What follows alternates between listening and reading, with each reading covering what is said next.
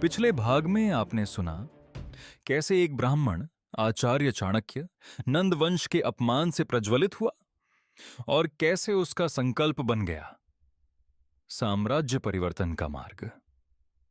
लेकिन कहानी यहीं खत्म नहीं होती।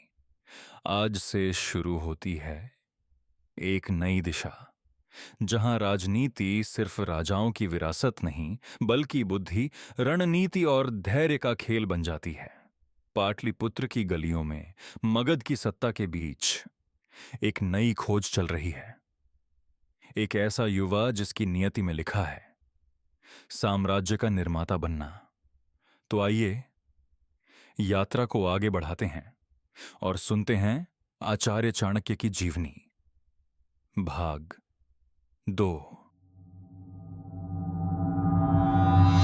दरिद्रता के वातावरण में कौटिल्य धीरे धीरे बड़ा होने लगा। वह अपने पिता से शिक्षा प्राप्त करता तथा मिट्टी के खिलौनों से खेलता। मित्र के नाम पर केवल सुवासिनी थी, उम्र में लगभग 3 वर्ष छोटी, महामात्य शकटार की इकलौती संतान। दोनों में गहरा प्रेम था। सुवासिनी का मनपसंद खेल था घर घर खेलना। वह एक छोटा सा घर बनाकर उसके चारों ओर लकड़ी की सूखी सूखी टहनियां गाड़कर उनका बाग बनाती थी और घर को साफ सुथरा करके सुंदर बनाने का प्रयास करती थी। देखो तो, फिर वह चाणक्य से कहती, हमारा घर कितना सुंदर बना है। चाणक्य घर को देखता, फिर कहता, यह क्या सुवासिनी, तुमने तो मेरी जगह भी घेर ली। मैं पेरहाई कहां करूंगा, यज्ञ कहां करूंगा, यह मेरा घर है। सुवासिनी तुनक कर उत्तर देती, कोई अध्ययनशाला, पूजा घर या यज्ञशाला नहीं है। देखो, यह रसोई है, इसमें मैं भोजन बनाया करूंगी। यह शयन कक्ष है, इसमें हम विश्राम किया करेंगे। यह आंगन है, यहां हमारे बच्चे खेल करेंगे। लेकिन जिस घर में अध्ययन नहीं होता, पूजा पाठ नहीं होता या यज्ञ नहीं होता, वह नरक के तुल्य और नरक के तुल्य होता है। ऐसे घर में मैं न रहूंगा। तुम क्रोध न करो। तब सुवासिनी हुए कहती, मैं इससे बड़ा घर बनाऊंगी। उसमें अध्ययन कक्ष भी होगा, पूजा कक्ष भी होगा और यज्ञशाला भी होगी। अब तो हंसो ना, क्यों मुंह फुलाए बैठे हो। अच्छे पति अपनी पत्नी पर कभी नहीं बिगड़ते। और कौटिल्य हंस देता। तभी राज सैनिक वहां आ पहुंचते और कहते, अब चलिए देवी, महामंत्री जी प्रतीक्षा कर रहे होंगे। थोड़ी देर खेलने के बाद सुवासिनी कौटिल्य से अलग हो जाती, परंतु खेल खेल में उनके हृदय में जो प्रेम के अंकुर फूटे थे, धीरे धीरे पनपते जा रहे थे।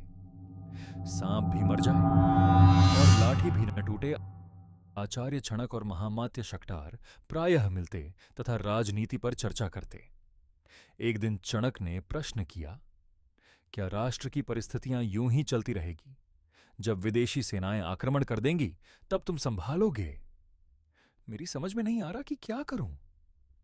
मैंने महाराज को बहुत समझाया, परंतु वे मानते ही नहीं। ओ अब्बा, ओस चाटने से प्यास नहीं बुझती मित्र। यूं समझाने से राजा कुछ नहीं समझेगा, उंगली टेढ़ी करनी ही होगी, वह भी होशियारी और सतर्कता से। मैं कुछ समझा नहीं चणक। नंद के हाथों में मगध सुरक्षित नहीं है। मगध का सम्मान धूल में मिलता जा रहा है। आसपास के छोटे राजा भी इस पर दृष्टि गड़ाए हैं। मैं इस बात को समझता हूं, परंतु क्या किया जाए? महाराज का खात्मा, चणक धीरे से बोले। शकटार यूं उछाल पड़े जैसे बिच्छू ने डंक मार दिया हो। विस्फारित नेत्रों से वो चणक को देखने लगे। मगध की सुरक्षा के लिए यह बहुत आवश्यक है।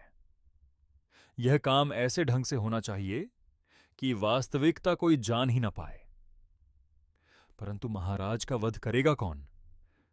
यह कार्य तुम्हें ही करना होगा महामंत्री। किसी और को यह कार्य सौंपा गया तो काम अधूरा भी रह सकता है और भेद भी खुल सकता है, परंतु मैं यह काम कैसे कर पाऊंगा? शकटार बोले, जब तक राक्षस और कात्यायन जैसे मंत्री महाराज के कवच हैं, मैं उनको छू भी नहीं सकता। काम को योजनाबद्ध उपाय से करो। सबसे पहले तुम महाराज के सबसे अधिक विश्वास पात्र बनो।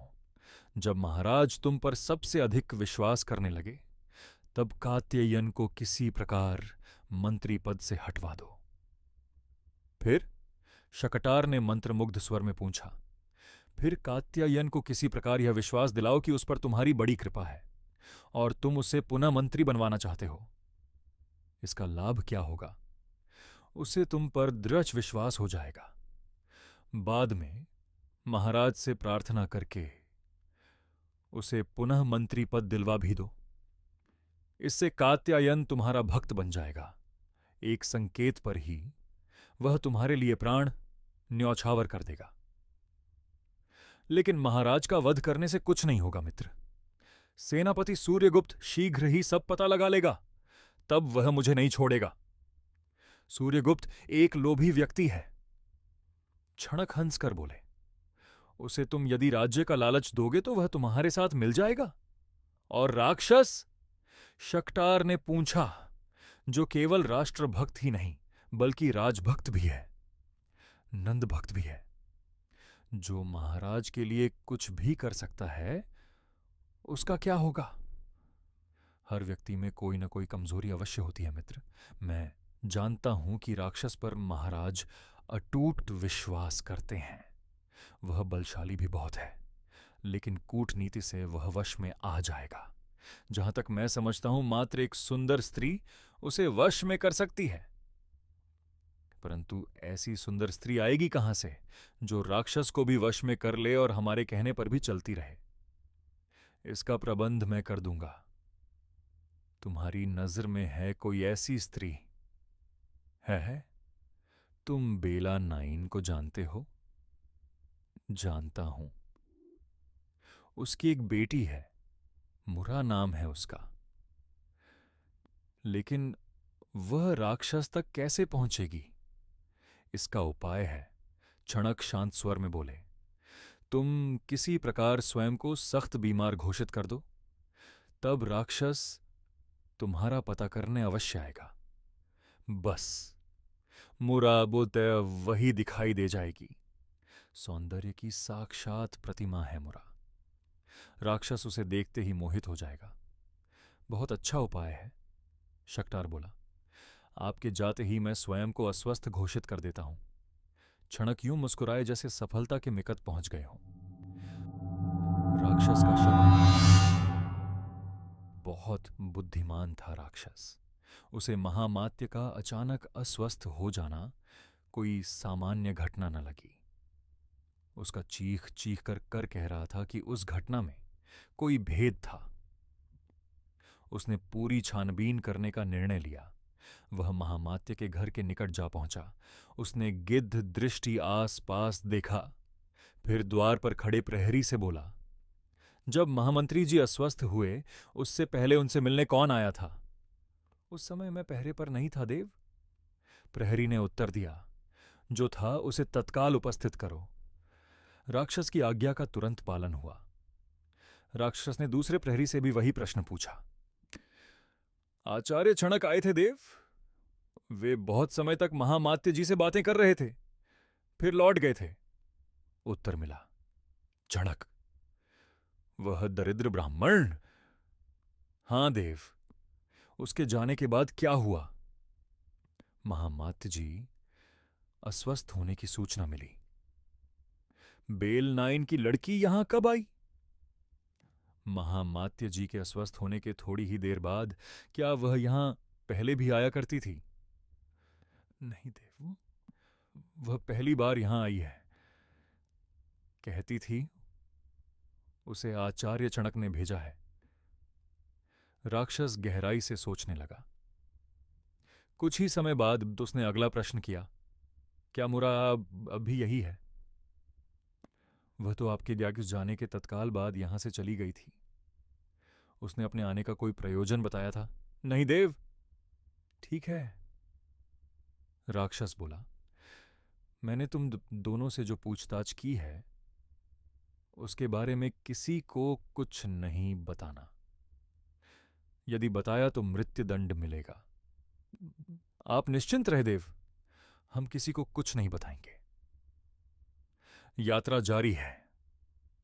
विचार और अनुभव समय के साथ अपना रूप बदलते हैं और यही जीवन की सबसे बड़ी सीख है। आपका समय देने के लिए धन्यवाद। अगर यह प्रस्तुति आपको पसंद आई हो तो अपने विचार साझा करें। आपकी राय हमारे लिए महत्वपूर्ण है। हम फिर मिलेंगे एक नई दृष्टि, नए विचार और नई ऊर्जा के साथ। तब तक शांत रहिए, सोचते रहिए और बने रहिए चांद की छांव में कहानियां के साथ। धन्यवाद।